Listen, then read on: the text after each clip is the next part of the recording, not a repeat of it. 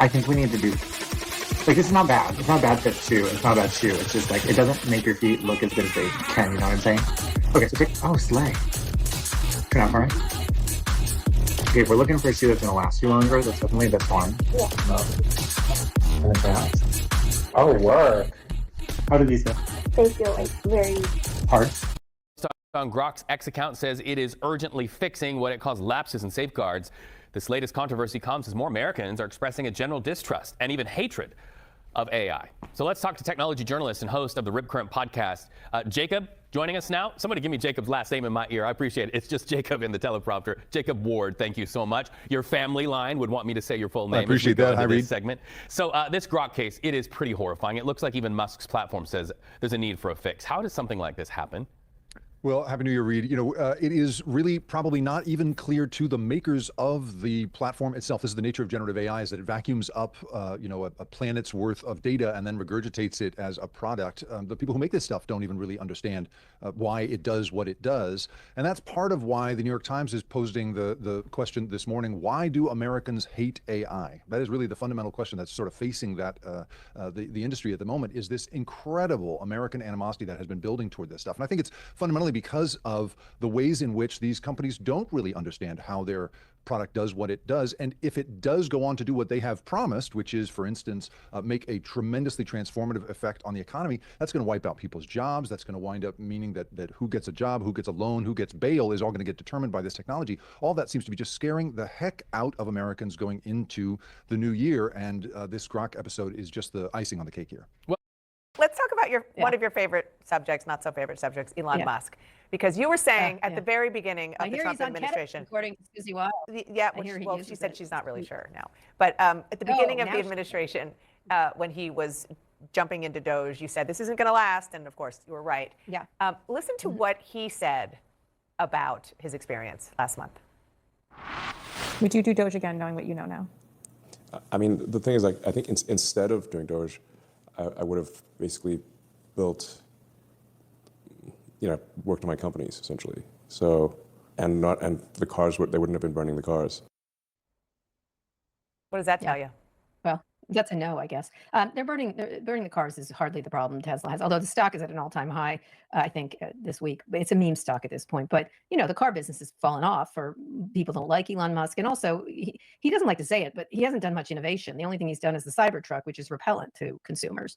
So he really didn't focus on doing, and China's making all these fantastic cars around the world and selling them around the world. So he did miss an opportunity. At the same time, he handled it like he was a monarch and thoughtlessly. As again, let's quote Susie Wiles, it was no sane person would have done it the way he did it. And of course, Trump let him. And so that's ultimately President Trump's fault. But, he just thought he could come in and do whatever he felt like. And I think the moment I felt like, are you kidding me, was the chainsaw thing. The whole visual of the chainsaw was sickening about people's lives, or comparing federal workers to Hitler and Stalin. It was also so cruel and unnecessary, and it's going to cause deaths across the world. What he's done, this will show years from now, history will not treat him well. If you live in England and you're between 50 and 80, there's a chance you could get approved. Kara, let's talk a little politics. What about President Trump's first year in office surprised you the most? In a second. How much money he made in tech? Yeah, how much money you? the family managed to make. No, I didn't think they'd be quite that graspy and greedy. I mean, they're not billions of dollars, but, the family does it, especially around crypto. I thought that was, and of course they're like, well, it's transparent, as opposed to it makes the Bidens look like pikers, the stuff they accuse them of. So I was sort of surprised how corrupt and grifty around tech the Trump family has been. I'll be honest with you. I'm sort of shocked by it, but I guess not. It's they're getting's good, I suppose. And because there's just so much on a daily basis, which is by design, I'm sure. It gets covered. You talk about it, we talk about it, but like you were saying, if it was a Biden or somebody else, it would have been, 5-alarm fire. Well, that's always the case. If Obama had done this, what about the tan suit and stuff like that? It's not. It's Donald Trump. Or even Trump. another Republican. So I think anybody else, everyone sort of has built in that he's a creep. And I think actually the most recent thing with Rob Reiner was sickening. I thought he wouldn't go quite that far, but I thought actually right before, I thought he'll say something terrible right now because Reiner was so opposed to him. But I didn't think I don't know how he managed to link it back to himself. I mean, he's very effective at using online to keep us distracted. And I don't just think it's distracted. I think they literally, like, speaking of AI, I think they go, what can we do today that will get the media running after this thing? And I think they've effectively used, I'm surprised that people are still, I would watch what he does rather than what he tweets or what he truths or whatever the hell he's using over there. But that's what I think. I'm surprised the media still like doesn't get the game here for all of them. By the way, it's not just him. It's Vance tries to do it kind of cloddishly, and I do you know, think others. it's different in the second term, and that there has been a lot of actual actions and policy that we cover. That's what I'm saying. And not just the stupid stuff he says, except for when he goes. Every time he says some kooky thing. But I agree. Yeah. No, I think one of the things that actually what the media's done well is the photos and the pictures, especially around immigration and even the destruction of the White House, of the East Wing. I think there's a lot. We are in a very visual, immediate culture right now, and I think it's not been a good thing for Trump, because I think people are seeing a lot of this stuff, whether it's on media or it's on social media. You know, all these videos that go around about the brutality of when they take people. These are people that do not have criminal records. People seeing this all day long, and same thing with the White House. There's something very visual about the White House. Same thing with Epstein. There's a lot of pictures now. There's a lot of photos. There's a lot of, what was he doing there? And I think, and by the way, guess who started off this new focus on Epstein was when Elon broke up with Trump. He was the one that said, wait, see what's in there. I think, talk about someone who's done real damage to Trump in that regard. Yeah, that's a really good point. Is there any policy that Donald Trump has put in place? I would say for the most part, it would have to be an executive order because Congress is stuck. Doing nothing, yeah. That you think has been good? Yeah, I think the idea, I'm not, the stuff around these ships to China, I thought that was good. Like directionally, a lot of the stuff he did originally around China was, this is our biggest rival and we have to be very careful, I always thought it was smart. I thought he did it cloddishly, as in many things, but I thought the identifying the problem, which is China, was correct. But then he managed to like flip, and who knows where TikTok is at this point. You sort of give gimmies to Jensen Huang, who just shows up and I guess pets him at the White House. A lot of this stuff is worrisome because he directionally had that. The other thing is, I think the Biden administration absolutely was unduly hostile to some in tech, and probably should have spent a lot more time thinking of smaller startups and things. And so when you're a little more, you don't want to give away, he's giving away everything, but there's a medium. But the idea that we should celebrate American tech is a really important one, but not buying your way into it. Because now the startups, I'm a big fan of startups. I'm a big fan of innovation. But again, he's defunded all these amazing universities where all these ideas come from. And these people are leaving. I was just at the University of Pennsylvania looking at the mRNA laboratory there, and they're leaving. These are young scientists. They're so disheartened. And so I think he's set us back in research, basic research, not just medical, but technological. And people leave it, people thinking about leaving. And these are the people that will invent the next thing. And so that's, I think he says he wants to help that, but then is doing the thing is not quite the same. And on the sort of tech capitalists, the tech bros, the billionaires, who have, you're right, that they got very, very angry and anxious about the way that they felt they were treated by the Biden administration. It's not just that they want to have access to people, access to the current administration. How does J.D. Vance play into all of that? Because he has relationships with a lot of those guys. He was a venture capitalist. Well, sort of. Yeah. Ish. Okay. If you say so. He wasn't very successful. Is what I always joke that a squirrel could have made money the time he was doing it and he didn't. But I always like, I think Rachel Maddow calls him Peter Thiel's failed intern, which makes me laugh. He's very close to them. He's very close. And I think they will probably be backing him, would be my guess. Although they certainly, by the way, let me warn J.D. Vance, they'll cut and run if they don't get what they want, and they will back someone else. They don't have, these are not held values, and if they don't think J.D. Vance can hurt them, which I think a lot of people wonder about, exactly, you definitely know Trump can hurt you, right? And so I think we'll see, but he is quite close to Musk. He's very close to many of the others, and he's tech friendly. But although I've never really heard him, what's really interesting is he has kids. He doesn't talk about safety. He doesn't talk about, he doesn't really listen to anybody but people he agrees with, which is sort of something he accuses the left of doing. Like, I would love to have a discussion about tech with him. Not that he's going to call me, but you should talk to your critics. So, last question: Who are you going to be keeping your eye on in the political world in 2026, going into 2028, and that field on both sides? Well. Yeah, you can't count out Newsom because he's really raised his value a lot through his social media. Speaking of someone who's really has a perfect game, I have to say, I don't know, we'll see if it translates into votes, right? But I have to say, he's I hate to say this, but he's been very promiscuous on social media in a way that's effective for him raising his profile. And I think, and it's funny, and it's aimed at young people. He's been on podcasts, and he's very active, and I think that's probably pretty smart. I'll see if it works. Like, see if real voters who vote, think this is funny or works. I do think, I think it probably will be JD Vance, but I don't think he's as effective online at all. I think he's somewhat repugnant online because he seems so mean. Some of the others are interesting. I'm trying to think of someone I think is, you might see. None of them are the Republicans. I'm trying to think. Well, who? Never pay for Wi-Fi again. InstaBridge is a free app with 20 million Wi-Fi passwords all over. Well, let's talk about the implications of Donald Trump's actions in Venezuela again. I can speak to the former head of the Secret Intelligence Service, MI6, Sir John Storrs. Morning, John. Good morning, Trevor. Can we just start with what I think in your business they sometimes call modalities or operations? You've obviously done many planning exercises for this kind of thing. How long do you think the Americans have been planning this? Well, I've certainly never been involved in abducting a foreign leader onto national soil, so that is a new territory. That's what you say, John. But the reality is that these operations do take many months of planning, and as you said earlier on your program, there was a CIA team on the ground for several months. They've obviously got sources inside Maduro's security detail. They've had a massive buildup of U.S. military forces, including U.S. Special Forces. So it was an operation months in the planning, and obviously there are question marks about legality and what comes next. But as a military operation, it was very effective. Would you?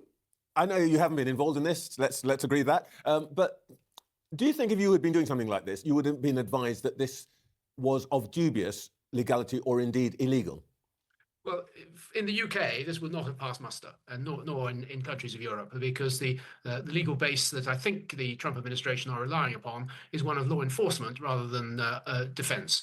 You mentioned earlier in your talk with Richard Tice the Article 51 of the UN Charter. I don't think the Americans are relying on that at all. There's a meeting of the UN Security Council tomorrow on this issue, and we'll see what's said there. But what they're relying upon is US domestic law enforcement, and the use of military force to protect those carrying out the what they would see as a lawful arrest. Now, for us, that's a real stretch legally. I'm not a lawyer myself, but and I think not surprising that Keir Starmer and his government have distanced themselves from this operation without actually making any criticism of it, because it wouldn't have passed muster here in the UK.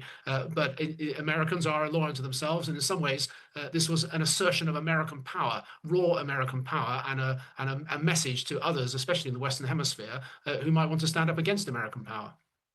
Venezuela is one thing. What's your take on? I mean, by the way, we've heard some of this before, but the statements from some connected with the Trump administration in regards to Greenland in the last 24 hours. Well, I think the voices you hear from the administration are really confirming that Donald Trump is a president who believes in spheres of influence rather than the sort of rule of law. And that was pretty public in their national security strategy that recently was published. There was a large part of it, the first part of it was talking about the Western Hemisphere. If your view of the definition of the Western Hemisphere is South America, Central America, the Caribbean, Greenland and Canada. It's not just where, you might think. And, that national security strategy is full of, really, this sense that we have spheres of influence. And you've now heard people called the sort of relaunch of the Monroe Document, which was a 19th century doctrine of the United States that said to Europe at the time, you stay out of our backyard and we'll stay out of yours.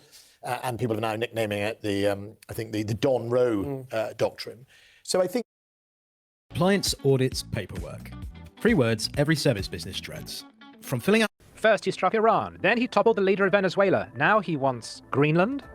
We speak to Donald Trump's former national security advisor, Ambassador John Bolton, who says the US president is trolling the world. Remember how he negotiates. He makes the most incredible, outrageous demand he can think of. People pull their hair out in despair. How are we ever going to respond to that? He gets 50%, 30% of what he asked for, and it's a big success.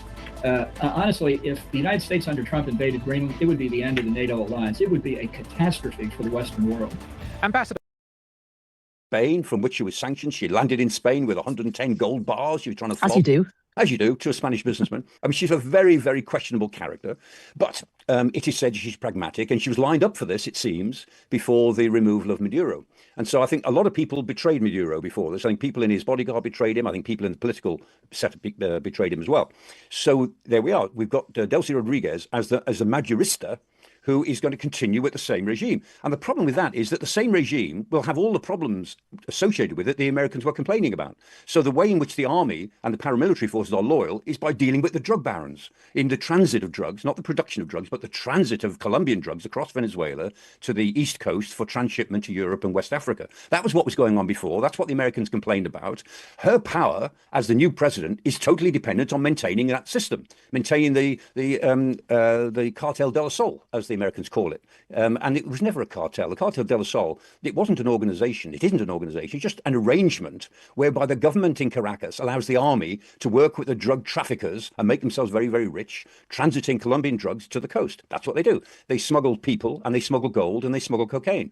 And so all of that presumably will continue unless Rodriguez decides to try to change the power structure, in which case she won't last very long. So at the moment, all of that that's a delicate balancing act. And then the other element that's going to be delicate is, what does Maria Corina Machado do? Now, she's the Nobel Peace Prize winner. She is the leader with Eduardo Gonzalez, who clearly won the 2024 election. I mean, even with all the vote rigging that Maduro tried to do, his party, the PSUV, got 30% of the vote. And her opposition coalition got 67% of the vote. If there were a free election now, they'd probably get more. So undoubtedly, that Maria Corina Machado and Eduardo Gonzalez are the legitimate opposition leaders. If they now come onto the streets, will Rodriguez turn out the army to suppress them? And will there be violence? And if there is, everyone will point to the White House and say, well, you created this and you want this to happen. You're backing the woman who is now suppressing opposition or killing people on the streets. If it goes wrong, that's what will happen. So there's two big issues here. One is, what does Rodriguez do? Can she walk this tightrope between keeping the Americans happy and maintaining the system that the Americans said was intolerable beforehand? And secondly, if Maria Corina Machado arrives back in Venezuela, which she says she will, and if that is the stimulus for people to come out on the streets and demand an immediate election, which I suspect they will, if the army starts to suppress them, what will the Americans do? Because they'll be the ones behind the suppression on this occasion. This is our NEOS radiator. Obviously, this is a cut-down version, full-size one. It's like a sort of 21st century version of a Roman emperor going off to capture a rebellious leader in Gaul or somewhere across the Roman emperor, dragging them back to Rome, making them go through a show trial and then executing them. And this, I'm not saying they're going to execute him, but this is deliberate and total humiliation. And I think it will blow back in Trump's face and that of the administration. People don't like that. Do you think around South America in particular, including Cuba, people are looking at this and thinking it could be us next? People in Cuba and Colombia are alarmed at the moment for obvious reasons. Cuba has been under sanctions ever since 1959, has obviously huge economic problems as a result of that, and they feel that if they can do it here in Venezuela, then they can do it there. So I think the statement made by the Latin American leaders over the weekend is a very strong one, and the statement made this morning at the Madeira by Claudia Sheinbaum, the president of Mexico, is also a very strong one. So I think there's going to be a growing Latin American unity on this, which is transcending the left-right difference across the continent. If you look at Venezuela as it has been under Maduro, it's hard to think of a worse-run country. The hyperinflation, the extrajudicial killings, torture, the incarceration of people, including children. It's been an absolute basket case. And therefore, some people will say, for all the swagger and the aggression of what President Trump has done, it may well leave Venezuela in a better place than it was before. It's never a reason to go in that you disagree with the way a country is run or disagree with what it's about, because international law is very, very clear. You cannot transcend national borders in order to change government. That is absolutely clear. And surely that is, in the future, as of now, a matter for the Venezuelan people. People know Delcy Rodriguez has been sworn in as interim president. I don't really know her. I hope she stays there. I hope she's able to govern. And I hope, above all, the sanctions are lifted so that the terrible shortages the Venezuelan people are facing will be diminished. There's the old principle, I suppose, also in international relations, at least, which is that if you own it, you have to look after it. If you break it, you own it. And therefore, if the Americans have come in this way, they may be responsible for Venezuela in the future. How big a threat and a challenge do you think that is for the Americans? I think it's absolutely massive. And Donald Trump sort of throwing out saying he's going to run Venezuela at the present time. What does he actually mean by that? They don't have troops on the ground. They don't control what's going on in Venezuela. There's massive opposition to them, albeit there is divisions in Venezuela. Yeah, I recognize that. There's also massive opposition to them on the border with Colombia, where an awful lot of the armed groups that President Petro is trying to bring under control and disarm are still around. They're on the border. So if US troops are going to be involved in Venezuela, they're going to find this is something that's going to spiral out of control very quickly. Does Trump want to be the president, despite everything he said, who's bringing back US soldiers in body bags from a war that nobody wanted in a country that nobody hated? I turn out for me. And whoa. Can you bring your feet closer? Okay, good thing you're here for new shoes. And then turn out for me. Okay, I think we need to do, like, this is not bad. It's not a bad fit shoe. It's not a bad shoe. It's just like, it doesn't make your feet look as good as they can, you know what I'm saying? Okay, so oh, slay. Turn out for me. Okay, if we're looking for a shoe that's gonna last you longer, that's definitely this one. Yeah. And then turn out. Oh, work. How did these go? They feel like very hard. Yeah. They're gonna be, everything's gonna feel a lot harder than you were in or harder because you were in this like the lightest shoe thing. Yeah. Which isn't a bad thing. It's just what can you handle? And I definitely don't want to, like, knowing that you've got tendonitis, I don't want to go so hard that it aggravates it. So I can okay these. Russia's foreign ministry is condemning the U.S. capture of Nicolas Maduro and his wife and is calling for their release from U.S. custody. The longtime ally of Venezuela is now calling for the conflict to be resolved